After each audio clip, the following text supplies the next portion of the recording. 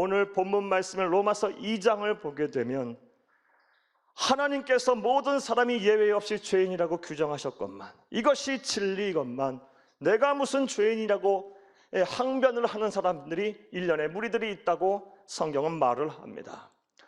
심지어 다른 사람들은 다 죄인일지 모르지만 나는 죄인이 아니라고 주장하고 있는 사람들이 있답니다. 자, 그렇다면 그들이 누구일까요? 오늘 보면 17절을 함께 읽겠습니다.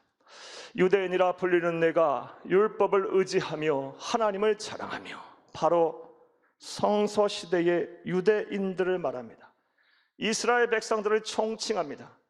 구약의 이스라엘 백성들을 총칭합니다. 사랑하는 여러분, 그들은 예수님의 오시기 약 600년 전에, 주전 586년에 고대 대제국이었던 바벨론에 의해서 멸망을 하였습니다. 그리고 그들에게 포로로 끌려가서 무려 70년간을 노예로 살았습니다. 하지만 하나님께서는 한 번 택한 자 끝까지 사랑하시기에, 약속의 말씀을 주셨기에 하나님께서는 그들을 해방시키셨습니다. 그리고 다시 이스라엘 땅으로 귀환하게 하셨습니다. 그렇게 귀환한 히브리 민족을 총칭해서 그때부터 오늘에 이르기까지 유대인이라고 부른 것입니다. 사랑하는 여러분, 유대인의 말의 원뜻이 무엇인지 아십니까? 유대인이란 말의 원뜻은 찬송을 받을 자, 칭찬을 받을 자라는 뜻입니다. 하나님께서는 찬송을 받을 자, 칭찬을 받을 자라는 그 이름의 뜻대로 수많은 민족과 열방들 선택 가운데서 유대인들을 선택하여 하나님은 특별하신 은혜와 섭리를 베푸셨습니다. 특권을 그들에게 주셨습니다. 그래서 많은 이방 민족들 앞에서 칭찬과 찬송을 받게 하셨습니다. 자, 그렇다면 유대인들이 받은 특권이 무엇일까요? 이것은 로마서 9장 4절 5절 통해서 알 수 있습니다. 함께 읽겠습니다. 그들은 이스라엘 사람이라 그들에게는 양자됨과 영광과 언약들과 율법을 세우신 것과 예배와 약속들이 있고, 조상들도 그들의 것이요 육신으로 하면 그리스도가 그들에게서 나셨으니 그는 만물 위에 계셔서 세세의 찬양을 받으실 하나님이시라. 아멘. 사랑하는 여러분, 하나님께서는 수많은 민족과 열방 가운데 히브리 민족을 선택하여 양자로 먼저 삼으셨습니다.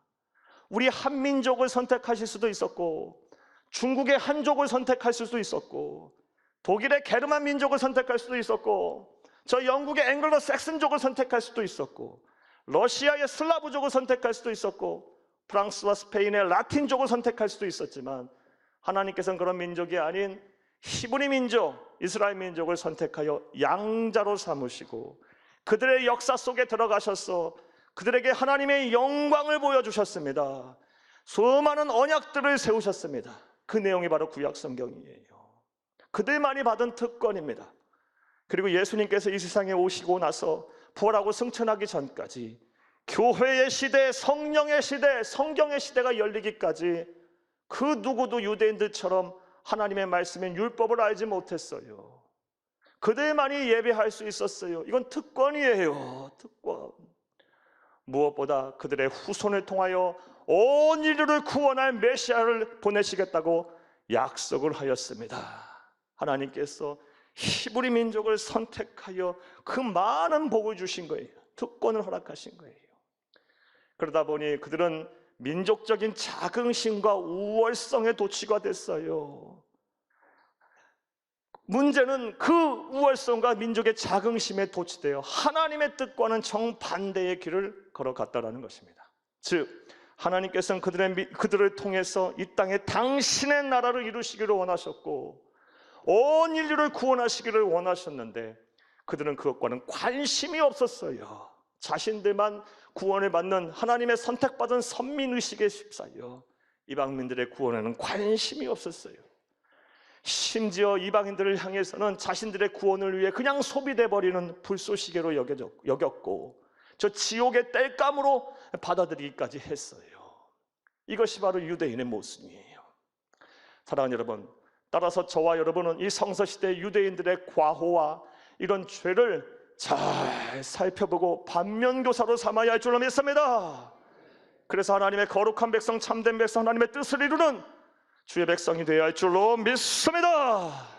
자, 그런데 말씀을 여기까지 듣고 다음과 같은 생각을 하시는 분이 분명 계실 것입니다. 목사님, 우리는 유대인도 아니고 유대인의 후손도 아닌데 왜 굳이 그들의 조상인 유대인의 조상들의 성서시대 유대인들의 과오와 죄에 대해서 그렇게 잘 살펴야 하고 그들의 교훈의 반면교사 삼아야 합니까?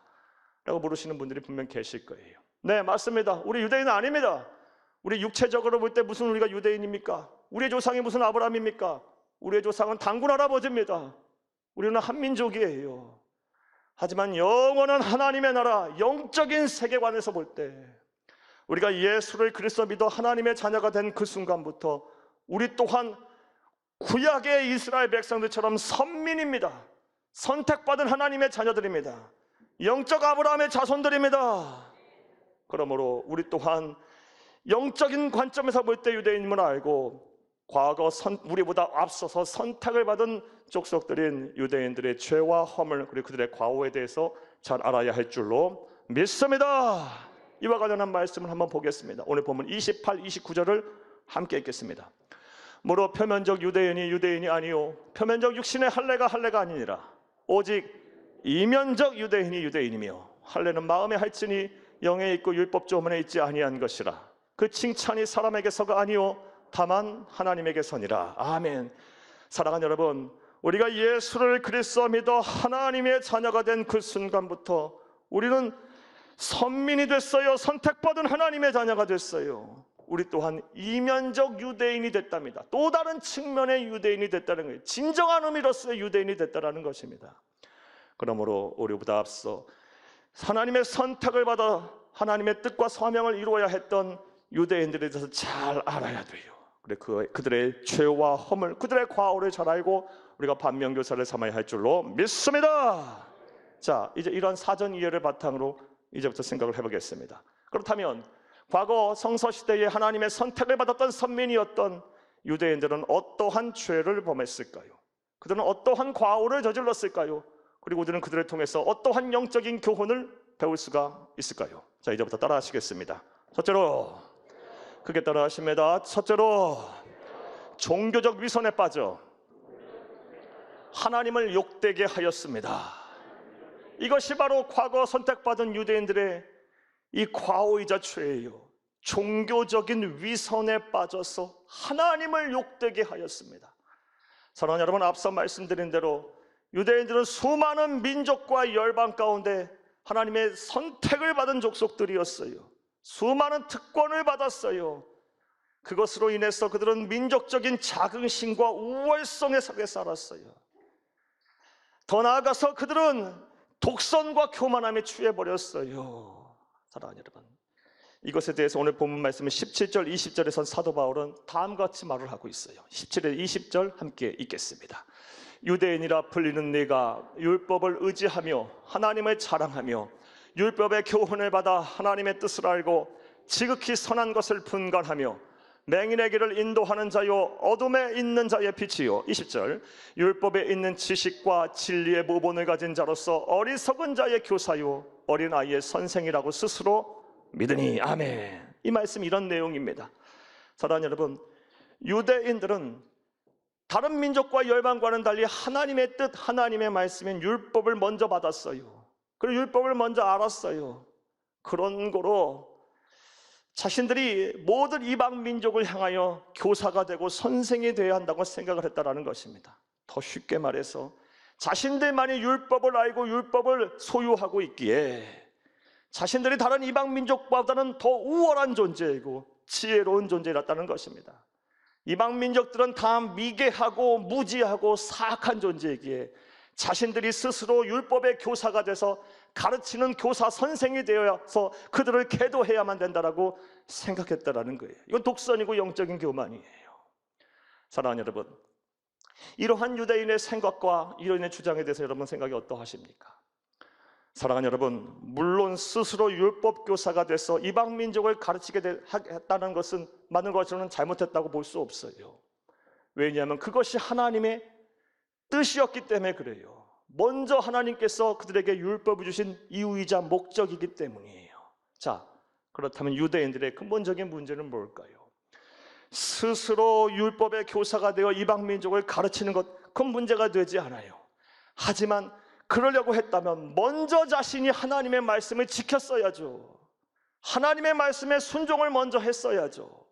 하나님의 말씀에 순종도 하지 않고 지키지도 아니하면서 이방 민족을 향하여 율법의 교사로서 나서 가르치려고 했던 것이에요. 즉 종교적인 열심과 열정은 문제가 없지만 그들의 종교적인 위선이 잘못됐다라는 것입니다. 이것이 그들의 과오예요. 저와 여러분이 본받고 깨달아야 될 진리임을 믿으시기를 간절히 주의 이름으로 축복합니다. 사도 바울은 오늘 본문에서 그들의 종교적인 위선을 낱낱이 고발해요. 예를 들어서 설명합니다. 21절을 먼저 읽겠습니다. 그러면 다른 사람을 가르치는 네가 네 자신은 가르치지 아니하느냐? 도둑질하지 말라 선포하는 네가 도둑질하느니라. 아멘. 사랑하는 여러분, 도둑질하지 말라고 가르치면서 도둑질하고 있지 않냐 너희가? 이거 종교적인 위선이다. 사랑하는 여러분, 하나님께서 하나님의 백성을 향하여 반드시 지키라고 우리에게 주신 가장 기본적인 계명 10계명의 8번째 계명이 무엇입니까? 도둑질하지 말라예요. 도둑질하지 말라. 그런데 이스라엘 백성들은, 이 성서시대 유대인들은 도둑질하지 말라라고 가르치면서 본인들이 도둑질했다라는 거예요. 이건 종교적인 위선이에요. 사랑하는 여러분, 우리는 그들이 어떠한 도둑질을 했는지를 정확하게 알 수 없어요. 하지만 인류 역사를 되짚어 보게 되면 그들이 어떤 도둑질을 했는지를 어렴풋이 유추를 해볼 수가 있습니다. 유대인들은 과거서부터 지금에 이르기까지 상술에 아주 뛰어난 민족이에요. 그리고 재물욕과 탐욕으로 인하여 수많은 이 시간 역사 속에서 많은 핍박과 많은 박해를 받은 민족이기도 해요. 특별히 이 고리대금 업으로 악명을 날렸던 민족이기도 해요. 사랑하는 여러분, 얼마나 고리대금 업으로 그들이 악명을 날렸는지 영국의 대문호인 셰익스피어가 베니스의 상인에서 악덕 고리대금 업자 샤일록이라는 인물을 등장시켰는데 그 누굽니까? 유대인이에요. 당시 세계관에서 인류의 역사 속에서 유대인들은 고리대금 업자로 다른 사람의 피눈물 나게 하는, 자신의 이익을 위해서 피눈물 나게 하는 존재로서 그렇게 받아들였던 거예요. 사랑하라 사랑하라 사랑하라고 말하면서, 도둑질하지 말라 도둑질하지 말라 도둑질하지 말라라고 말하면서, 가난하고 병들고 어려운 자를 구제하라 구제하라고 말하면서 자신들의 이익을 위해서는 다 뒤에서는 다 챙길 것 챙기고 사람의 마음을 아프게 하고 눈에 피눈물 나게 했던 거예요. 이런 종교적인 위선을 사도 바울은 책망하고 있는 것입니다. 그런데 이러한 모습이 오늘날 우리 그리스도인의 모습이기도 해서 참으로 마음이 안타깝습니다. 마음이 아픕니다.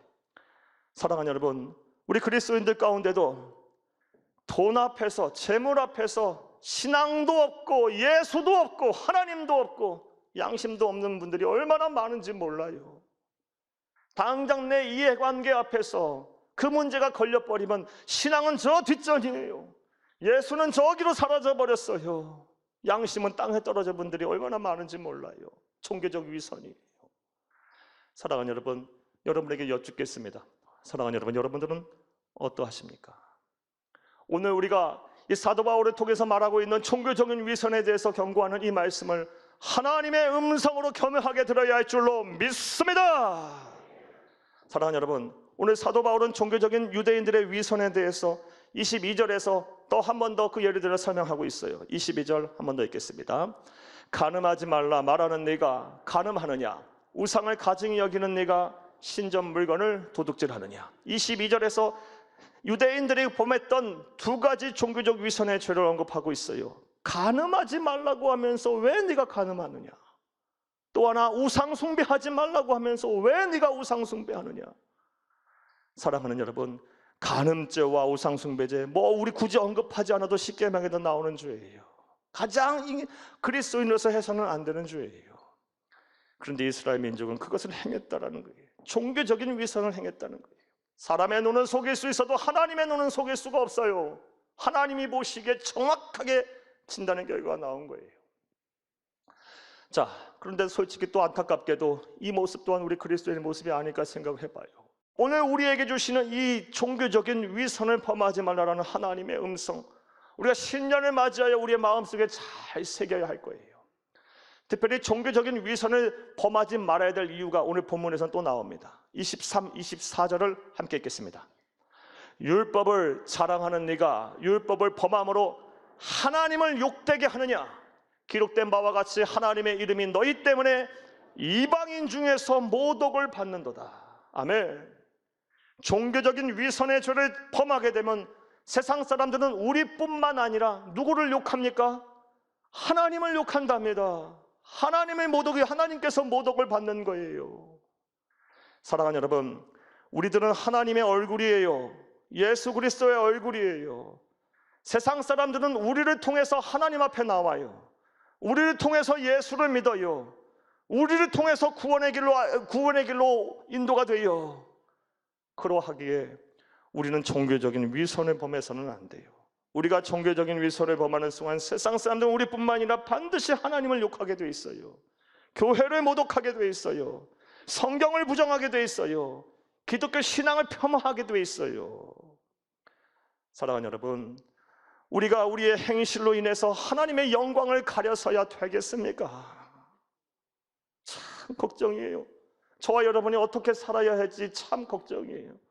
오늘 말씀을 하나님의 음성으로 듣고 말씀대로 성경대로 사는 저와 여러분 되어야 할 줄로 믿습니다. 자, 과거 성서시대 유대인들이 범했던 죄가 무엇입니까? 종교적인 위선에 빠져서 하나님을 욕되게 하였다는 것입니다. 또 두 번째로 오늘 본문 말씀을 통해서 언급하고 있는, 알 수가 있는 유대인들의 죄와 허물은 무엇이었을까요? 따라 하시겠습니다. 둘째로 종교적 형식주의에 빠져 복음을 왜곡하였습니다. 종교적 형식주의에 빠졌어요. 그래서 복음을 왜곡했어요. 이것이 바로 오늘 본 말씀에서 알 수 있는 과거 유대인들이, 선민이라고 말했던 유대인들이 범한 두 번째 죄예요. 사도 바울은 이 종교적 형식주의에 빠져서 복음을 왜곡하는 그들에 대한 모습을 적나라하게 드러나기 위해서 유대인들이 매우 중요하게 생각하는 형식이자 의식인 할례를 언급합니다. 오늘 보면 25절을 함께 읽겠습니다. 네가 율법을 행하면 할례가 유익하나 만일 율법을 범하면 네 할례는 무할례가 되느니라. 할례에 대한 언급을 해요. 사랑하는 여러분, 할례가 무엇입니까? 할례가 성경에 처음 언급된 성경의 장절은 창세기 17장입니다. 창세기 17장에서 하나님께서는 유대인들의 조상인 아브라함을 선택하세요. 그리고 그에게 약속을 주시고 그와 언약을 맺습니다. 하나님께서 이스라엘의 조상인 아브라함을 향하여 너에게도 복을 줄 것이고 너의 후손에게도 복을 줄 것이다. 너와 너의 후손을 내가 지킬 것이고 반드시 구원할 것이다 라는 그런 언약 계약을 맺으세요. 그리고 그 언약과 계약의 증표가 무엇입니까? 바로 할례를 행하라는 거예요. 할례는 의학적으로만 설명하면 남자 성기의 포피의 일부를 베어내는 거예요. 더 쉽게 얘기하면 포경수술하는 것과 같아요. 이 할례는 이스라엘 백성들에게 있어서는 구원의 증표요, 하나님께서 복을 주신다는 약속의 증표입니다. 그러하기에 이스라엘 백성들은 오늘날에 이르기까지 이 할례를 매우 자랑스러워하게 생각해요. 그래서 낳은 지 8일째가 되면 사내 아이는 무조건 할례를 행해요. 자, 그런데 문제는 시간이 지나면서 할례에 대한 종교적인 형식만 남았고 할례가 가지고 있는 근본적인 의미가 다 퇴색이 되고 잃어버렸다는 것이 문제가 있어요. 사랑하는 여러분, 과거 유대인들, 즉 오늘날에 이르기까지 유대인들은요, 이 할례를 행하기만 하면, 즉 종교적인 행식을 취하기만 하면 자연스럽게 구원에 이른다고 지금까지 착각 속에 살고 있어요. 사랑하는 여러분, 구원은 어떻게 받습니까? 우리의 죄를 회개하고 예수를 그리스도로 믿는 믿음으로 받는 거예요. 이게 복음이에요. 이게 진리예요. 이것 말고는 구원에 이르는 길이 없어요. 그런데 그들은 할례라는 종교적인 형식을 취하기만 하면 구원에 이를 수 있다고 생각하고 있어요. 그런 착각에 빠져버렸어요. 형식이 본질을 뛰어넘어 버린 거예요. 이에 대해서 사도 바울은 할례의 문제성과 유대인의 과오에 대해서 다음같이 지적을 하기 시작해요. 25절을 함께 읽겠습니다. 네가 율법을 행하면 할례가 무익하나 만일 율법을 범하면 네 할례는 무할례가 되느니라. 아멘. 이 말씀이 이런 내용이에요. 하나님의 말씀에 순종도 하지 아니하고 분명한 구원의 확신도 없으면서 분명히 하나님에 대한 그런 섬김과 그런 온전한 마음이 없으면서 종교적인 형식은 할례를 해봐야 그건 할례가 한 것도 아니다, 무할례다라고 말을 하고 있는 거예요. 읽진 않겠지만 26, 27절 말씀에 보면 이런 말씀도 해요. 너희가 할례를 행하는 것보다, 종교적인 그냥 형식으로 할례를 행하는 것보다 오히려 말씀에 순종하고 말씀을 지키는 것이 하나님 보시기에 더 의인이다 라고 말을 해요. 그러면서 결과론적으로는 28, 29절에 이르러서는 할례는 어디에다 하는 것이다? 마음으로 하는 것이다. 종교적인 형식보다 더 중요한 건 마음으로 진심을 다하여 회개하고 예수를 그리스도로 믿는 믿음으로 성령의 인치심으로 이 마음의 할례를 해야 구원을 받고 그런 자가 본질적으로 하나님 보시기에 선택받은 백성이며 의인이고 유대인이다라고 말을 하고 있어요. 28, 29절을 함께 읽겠습니다. 무릇 표면적 유대인이 유대인이 아니요 표면적 육신의 할례가 할례가 아니니라. 오직 이면적 유대인이 유대인이며 할례는 마음에 할지니 영에 있고 율법 조문에 있지 아니한 것이라. 그 칭찬이 사람에게서가 아니요 다만 하나님에게서니라. 아멘. 할례는 마음에 하는 것이다. 종교적인 형식으로 그렇게 해봐야 그거는 겉으로만 표면적인 유대인이 뿌리지 진정한 유대인, 진정한 선택받은 하나님의 백성인 이면적인 유대인이 아니다. 할례는 마음으로 하는 것이다. 종교적인 형식에 빠져 복음을 왜곡하지 마라, 이 말을 우리에게 하고 있는 거예요. 사랑하는 여러분, 이제 우리가 권면의 말씀을 들어야 되겠어요.